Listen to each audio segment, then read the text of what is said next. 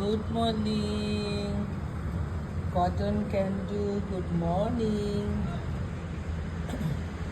ওইদিকটা পুরো কুয়াশা হয়ে রয়েছে এখন অবধি। গাছে খুব সুন্দর রোদ উঠেছে, আর রোদ উঠলে ওনারা বারান্দায় বসে থাকবে, রোদ পোয়াবে। সকাল সকাল উঠে গেছে, এখনো বেশি গাড়ি ঘোড়াও বেরোয়নি রাস্তায়, কিন্তু কটন ক্যান্ডু বসে গেছে ব্যালকনিতে রোদ পোয়াতে।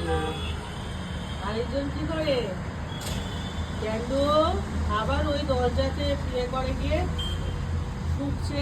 কে রয়েছে? চিৎকার করে না বাবা।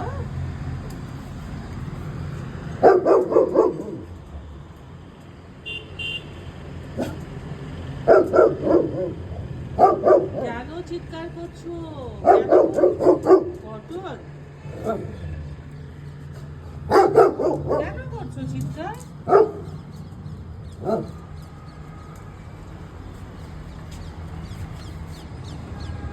ওই তোমার বন্ধু বান্ধবরা এসছে এদিকে? হ্যাঁ, তোমার বন্ধু বান্ধব এসছে নাকি? ও কটন, কটন বাবু।